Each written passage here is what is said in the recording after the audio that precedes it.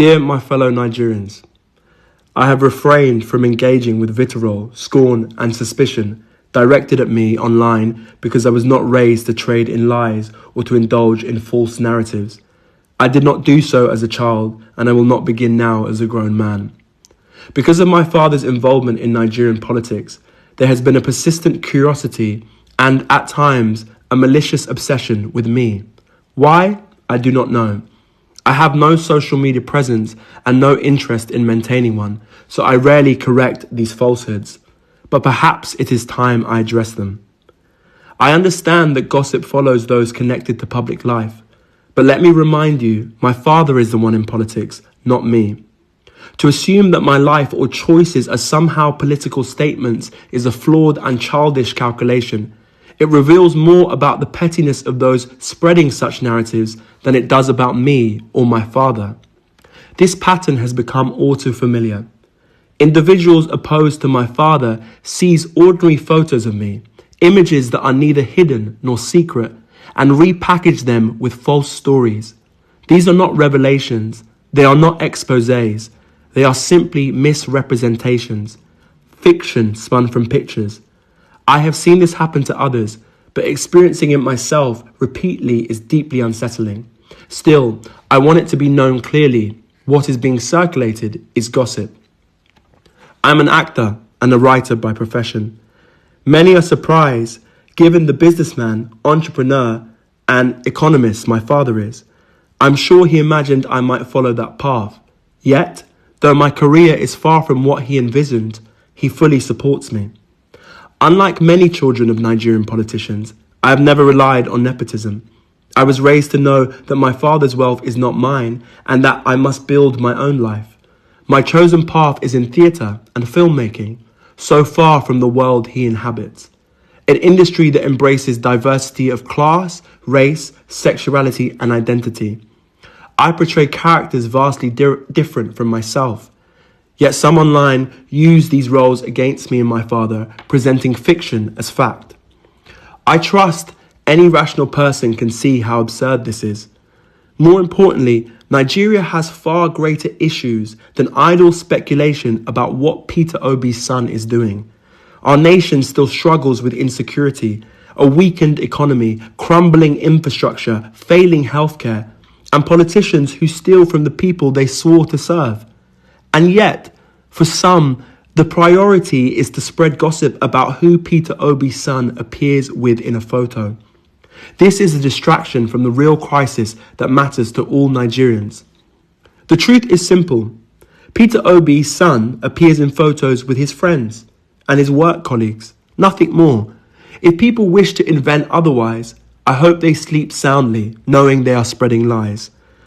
Nor I or my father are perfect men. And as a father and son, we have our differences.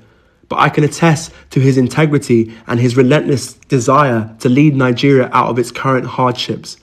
In our home, as a child, the lesson was always clear. Face your work, do it honestly, and contribute to the good of others. That is what I will continue to do. So to those who attempt to distract us with lies, I beg you, stop pulling attention away from Nigeria's urgent problems. My father has my vote, not because he is my father, but because he is the right man for the job. If others wish to go low, invent scandals, or attack me to wound him, they are free to do so. But we will go high, and we will continue to focus on the future of Nigeria. With love, Oseloka Obi. Every single day, minister is going to tell me don't politicize this. It was never politics. But they keep coming for me. They keep coming for my family. They keep coming for your father. They keep coming for Ashwaju, Bola, Ahmed, Tinubu, the greatest president in the history of Nigeria. The only president that has carried young people along from when he was governor to when he became president.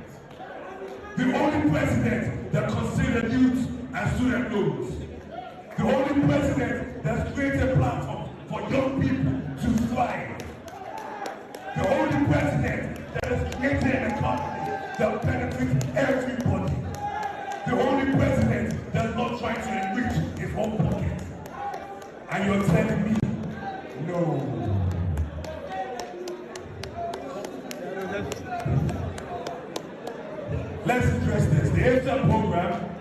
was one where I wanted to come and break fast with my peers. It is something that the Noella Foundation has been doing for over 6 years in Lagos.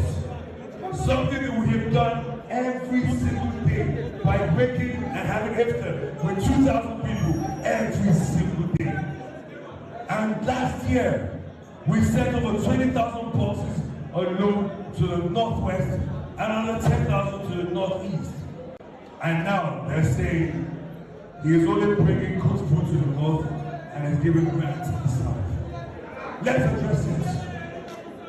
In the north, we have done educational school programs. In the north, we have given iPads out. Everything I say, people, we are the future. We know what it takes. We know what it's going to take because we come together as a group to work together.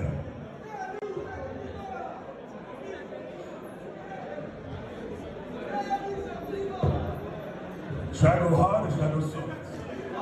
On your Monday, we shall start. On your Monday, we shall start. On your Monday, on your Monday, on your Monday, we shall start. We shall stand. On your Monday, we shall stand. On your Monday, we shall stand. Have we ever had a country where the future looks so bright?